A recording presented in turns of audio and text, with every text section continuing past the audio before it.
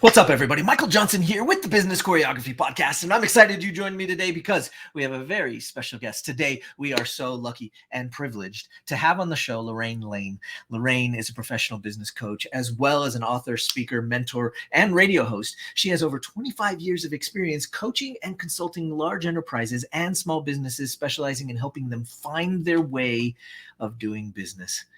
Guys, we're so lucky to have her here today and to glean as much wisdom and knowledge from her journey as we possibly can. So I'll cue the intro and we'll jump right in.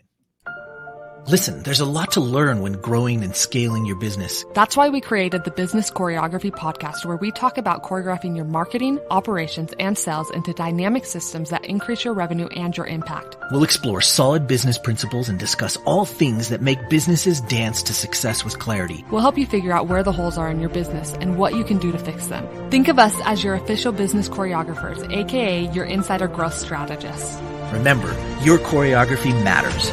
Welcome to the Business Choreography Podcast. Lorraine, thank you so much for joining us today. It's a pleasure to have you. It's a pleasure to be here. Thank you. Absolutely. So excited to have you on the show and be able to share your journey. Those people that are frequent to the show know that I love to start with backstory. So we've got to hear the roots, how you got here, what it was on your journey that ended up with you doing this today. I can't wait to hear about this journey. So let's dig in, jump into that backstory for us. All right. Well, the backstory is I started my career in the high-tech industry as an HR manager. And then the last 8 years that I was with that company, I was the training and development manager for managers nationwide. Wow. So I did a lot of traveling. Right. Developed and delivered training. And it was kind of a novel thing for people to think about preparing people to step into management rather than just shoving them into an opening. So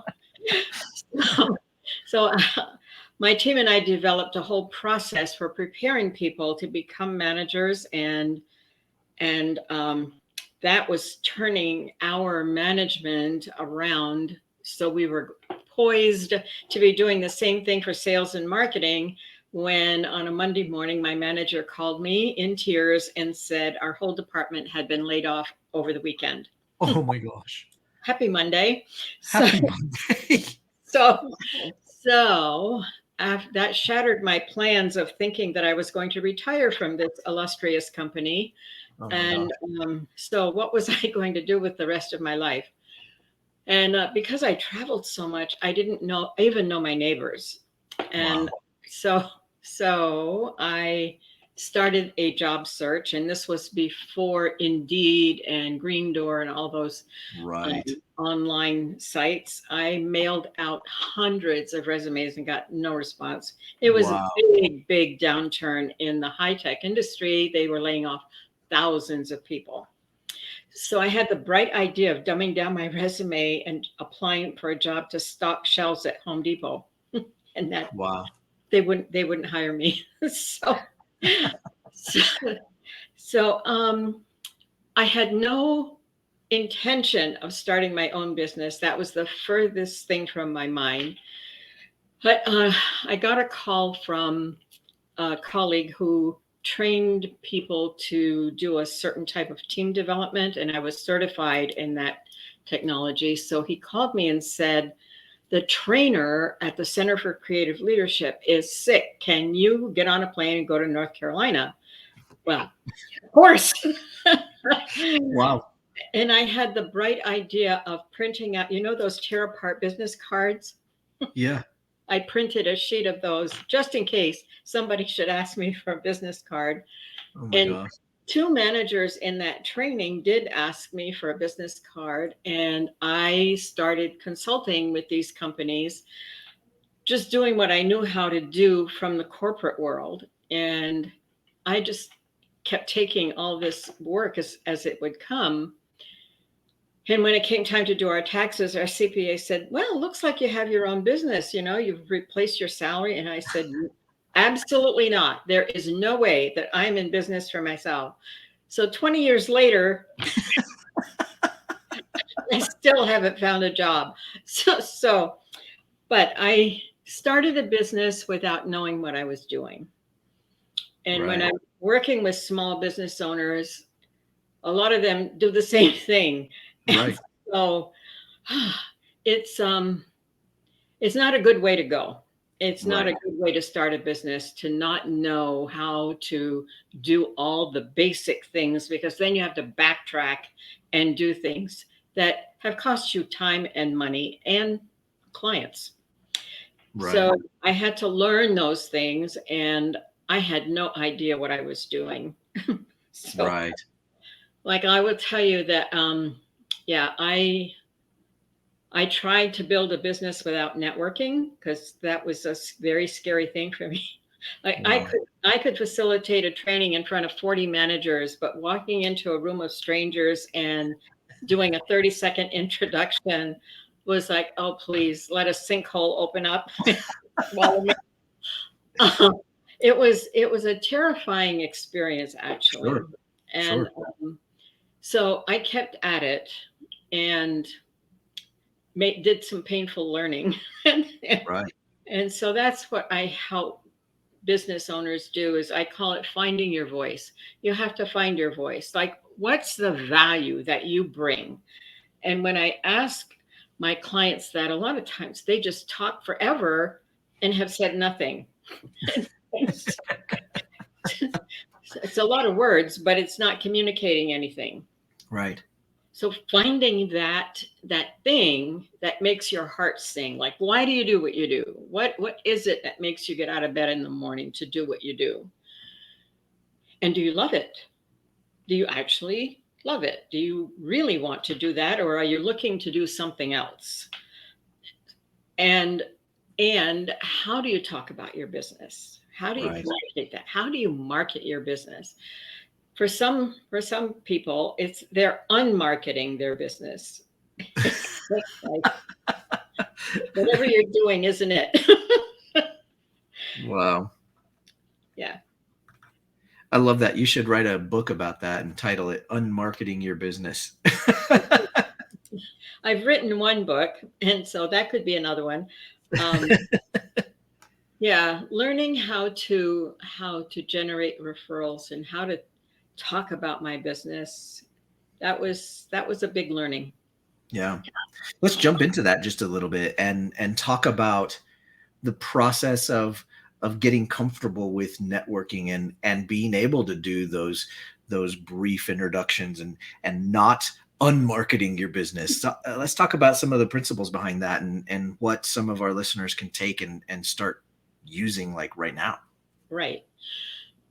So what I'm noticing is that, since COVID isolated us and people did jump onto Zoom, Sure. talk about being in the right place at the right time, Right. networking. And so now restrictions are lifted. So people are going to in-person networking events. And I'm an observer. I observe behaviors. I'm noticing that people are going to networking events to socialize Right. more than they are to build their business. Right. That's not wrong. It's just that's what I'm noticing. So how are you then building your business? So I'm doing some market research with people saying, so if the networking that you're doing isn't generating leads and referrals for you, how are you building your business? Right. Yeah, not so much. Right. I'm trying this and I invested in this and I'm trying that. How is that going for you? Well, I'm working it. So, in other words, it's not working very well. Um, so, the networking piece, I did the faithful every week going and I held the president role and so on and so forth. And I drank the Kool-Aid. you know Sure. the saying that the people around the table are going to be your sales force. Not so much. Right. They're there to sell themselves and not you. Right. So I thought I had made, they were going to sell for me. Well, that didn't happen. Sure. So I realized I was going to have to do this by myself and find a way So I stopped the formal networking group. Right. And then I thought, okay, now you did that. Now what are you going to do? So I was going to any and all networking events that I could go to. I joined a chamber and I studied this. And I realized that people didn't have a plan. Right. They went to events, met a few people, had a drink or ate lunch, and that was it. That was networking. But they weren't building a network. Right. So that's what I teach people to do, is to build a network for themselves. Doesn't mean you don't go to networking events, but you have a plan for the activity that you're doing. Right. And measure it. Are you getting results? Are you helping other people? Are you conscious of how you talk about your business? Are you following up? So Right. all of that is hugely important, and it takes attention, and it takes a real thought process of who are the people that you need to meet. Right. So if you are, let's pick on somebody. If you are a, a contractor and you're looking for people who want to build a custom home, and you go to networking events where there are people who are senior citizens in a assisted living facility, they're not interested in purchasing or investing in a custom home, Right. right? Right. So the thought process isn't there for so many people. They have not identified their target market and they don't know how. Right. It's like anybody who can pay me some money is my target market. Well, that isn't true. Right. So that piece is missing for so many small business owners. Right. So then you can't direct your activity or your messaging if you don't know who that is. Yeah. The other thing is how to generate and accept referrals. So if you don't know how to give a referral, then it doesn't land. Right. If I say to somebody, oh, I met this great guy, and he interviews business people, why don't you give him a call? Do you think that person is going to call you? No No. way. I say, hey, Michael, I have somebody that I think would be a great guest for you. Would you like me to arrange a Zoom meeting so I can introduce you? That would be, and then I can tell you about this person. The two of you can have a chat, and that would be a good referral for you. Right. Right. But what happens is people say, oh, call my neighbor. They need to have their house painted. Here's their number. That painter is not going to call those people. That's not a referral. That's not even a lead. Right. Right. So when I give a referral now, it's a process, and it's a staged event.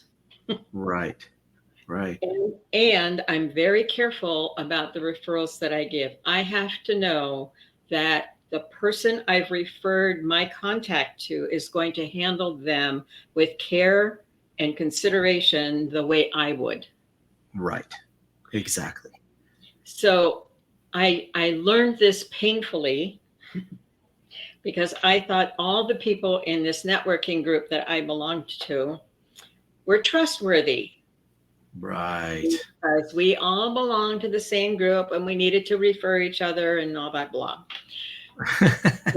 So I had a client from that group, thank goodness. And she had a business that within a couple of years could have grown to be $1 million business. And her computers were having problems. So I said to her, why don't we call this guy who's in the group who says he's a computer person? He brought her business to its knees for days. Did Right. not know what he was doing. So I learned my lesson. I thought, oh my God, I referred him, and she is painfully suffering through this disaster. And so I realized that was not a way to generate referrals. So now, if I'm going to give a referral, I make sure that the person I'm referring is trustworthy, does good work, will support my client or my friend or family, and I can trust that person. Sure. I make sure I make a personal introduction, and after that, I follow up. Okay, so I would go back to whoever I referred to and say, how was it to work with Michael? Was it Nice. great? Right. Yes, because then if the person says that was awesome, I'm going to be aware of other people to refer to you because, Right. okay, yeah. So you're putting your reputation on the line when you give a referral. Sure. It's a big deal. It is a big Yeah. deal. And I treat it like a big deal. Yeah, absolutely. Well, how do you get over the process of just a lot of people think that others are just naturally good at networking, and they just have such an easy time of being in that space. And I don't think that's true. I think maybe a majority of people are awkward and feel strange being in there. They know they want to ask people if they need their services, but they don't want to be rude or overbearing salespeople type thing. So Yeah. like everybody's there and they're all kind of dancing around this idea that they want to sell, but Yeah. everybody's kind of being awkward. And then you've got the one or two, over that they're okay with networking and they're just trying to introduce everybody. Right. So how do you get through that realm and get over that awkwardness in that space? It takes practice. I will tell you, it takes practice because when I first started my business, I would get to a networking event, turn around and go home. Yes, indeed. It was painful. Right. And so I had to get over that. I had to, because all the books and everyone was saying you've got to network. And I couldn't find, I read all the books. I read 17 books on networking. They all on business building. And they all said, yeah, to network. I was trying to find another way and I was unsuccessful. Right. So I'll tell you a story about this one time. I went to, they have a club called the Center Club down in Tampa, and professionals and the people who know people are there. And I was invited to go by a colleague. And it was a drive. It was a 40-minute drive. I got to the parking garage and I thought, you know what? I think I have other things to do. And I almost left. And I thought, this is silly. This is really silly. So I sat in my car and I thought, I'm going to be the hostess at this event and introduce other people and not sit in the corner and be awkward. Right. Right. And after I meet 3 people, I can go home. There you go. So I had 3 business cards in my jacket pocket. And once I handed out 3 business cards, then I was allowed to go home. So I went in thinking I'm going to find somebody who is more awkward and more not wanting to be here than me.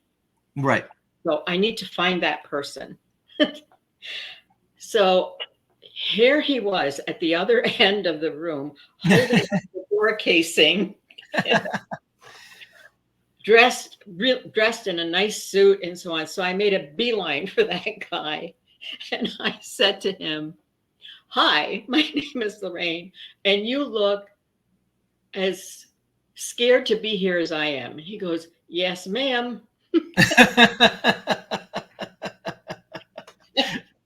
I said, okay, let's support each other. Why are you here? He said, I lost my job at FedEx. And part of the process for finding a job, they have me hooked up with this search firm. I have to go to 3 networking events before my next meeting, which is in 2 days. Oh, geez. It's like an AA meeting, I know. intervention. And I said, well, I know a couple of people here. Would you like me to introduce you? He goes, okay. And I said, and tomorrow there's a meeting of HR people. So you could come there and I'll introduce you to some HR people. So he said, okay. So I introduced him to a couple of people. We said goodnight. I was there for about a half hour. Right. Because I handed out 3 business cards. Bye-bye. Nice. So the next day I was there again for that HR meeting. And he came. I was shocked. He came and sat at the table. And so they asked us to introduce ourselves. I introduced him, that I had met him the night before. And there was an HR person at that table that said to him, give me your resume. I have a job for you. Nice. Yeah. So that was confirmation for me. Get out of your own way and help other people. Right. That's when you help other people, you're not focused on yourself. And I remember that when I go, even to this day, if I'm going into an event, I don't know anybody or I may not know anybody. Okay, let me find the person that needs some help or that I can connect some people. This happened last night. I went to an event. It was 40 minutes away, north this time, not south. And I was invited to this event and I keep saying no. And after a while, you run out of excuses. So I decided, okay, I liked the restaurant where it was going to be held and it was awesome food. And so I'm sitting at this table. I know a couple of people and this guy walks in, looks lost. And I said, are you here for this event? And he says, yes. I said, why don't you sit at this table? He goes, okay. So he sits at our table. I asked what he did. He's a graphic artist. I'm looking for a graphic artist for a client. Nice. Yes. Turned out to be a great blessing. So we're meeting on Monday morning. But if you can position yourself, the fear will be there, but get in front of it. Get in front of it and show up to help connect, have a conversation. And that was one thing I had to learn to do, was to learn how to do small talk. Sure.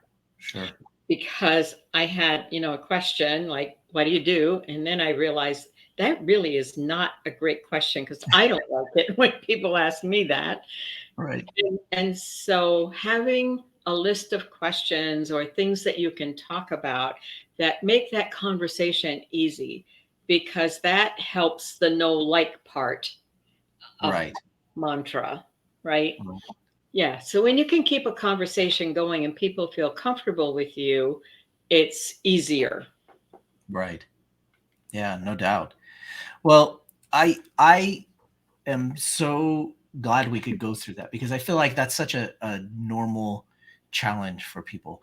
But I know that you do a lot of other things, and I want to share with everybody some of the other stuff that you are an expert at. And so I'd like to hear more about what you do specialize in with businesses. We talked a little bit about it in the bio, but like what is it that you do and help businesses with currently? Okay. So I help with my presentation blueprint program. I help people get a 10-minute presentation ready so that, again, on marketing their business, sign up to do a 10-minute presentation and then just really, it's terrible. And it's like, oh no. So I help people get a really good 10-minute presentation because I realized, Oh, like I said, I could stand up in front of 40 managers doing an all-day training. Sure. Stand up and do a 10-minute presentation, totally different. Totally different. Right.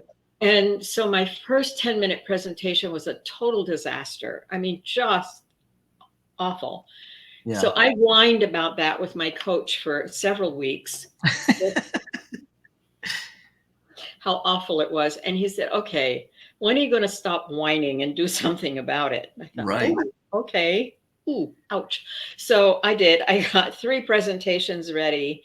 And my goal was anytime I was invited to give a talk, I had to say yes.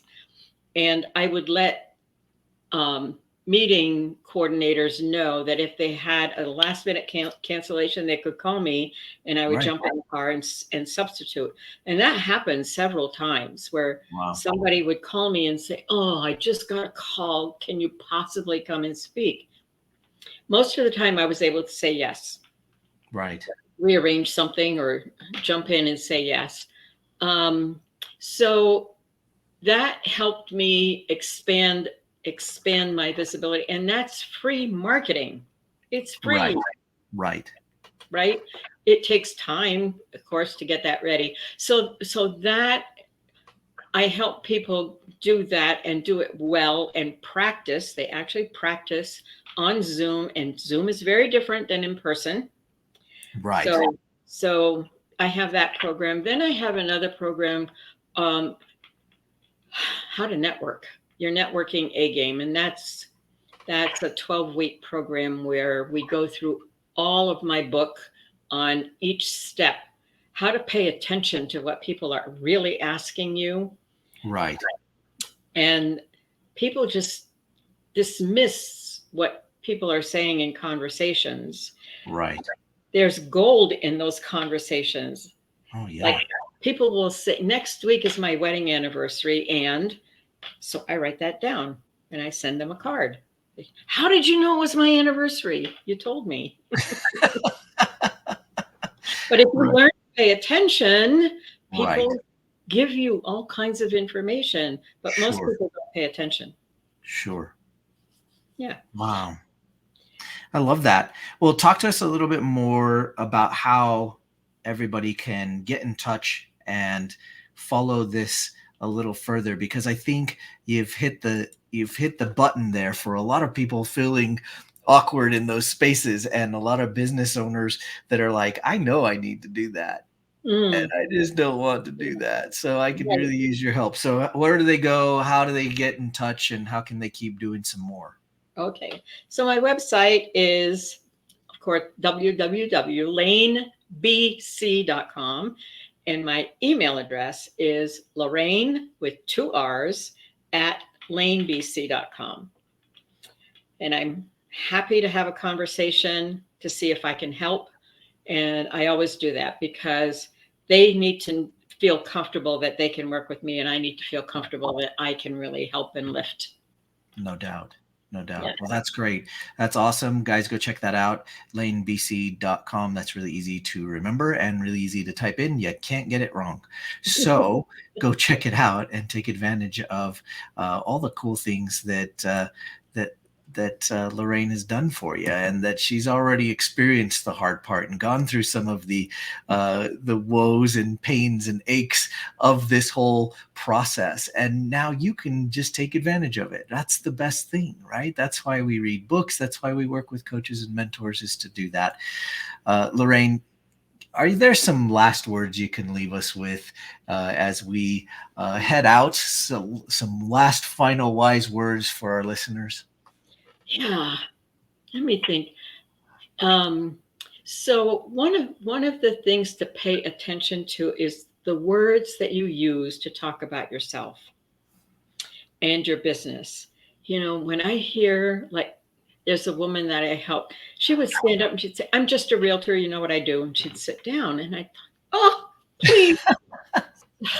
So I took her out for coffee and said, Lisa, what is it that you love about being a realtor? Well, I help people list their home, sell their home. So I thought, okay, I got to dig a little deeper. So, what what clients do you like to work with? Well, she loved working with first-time home buyers. So I said, why? And so on. So I helped her get a 30-second introduction. We practiced it a lot. And the next networking meeting was at a chamber that we were meeting, I think, once a month or something. Anyway, she stood up. She didn't half stand. She stood up and she said, I'm a realtor and I love working with, you could hear a pin drop in the room. It was like everybody turned around to see if it was the same person. And she got referrals, really serious referrals of people. Right. My son is looking for his first house. My neighbor's daughter's looking for their first house. It was a total change. Right. So how you describe what it is you love to do and the value that you bring, that will change how people see you and react to you. Right. I love that. It's really great. Guys, think about that and think about how you're positioning yourself, right? Use these wise words. And if you're not sure, hit the pause button, rewind, listen again. Yeah. And let's get this down, right? Because there are so many people that need what you do. Mm-hmm. And, you know, I believe, and we believe here at Business Choreography, all boats rise in the tide. So help the tide rise and then get in the boat. And so, you know, you got to do your part. So guys, until next time, don't forget, keep choreographing your business. We'll see you guys on the next episode. Take care. Bye. Thanks for joining us today. Want more business choreography? Check out our website at bizchoreo.com to find out more. And find out how the choreography for your marketing, operations, and sales can raise your revenue and create more impact. Remember, every business needs choreography.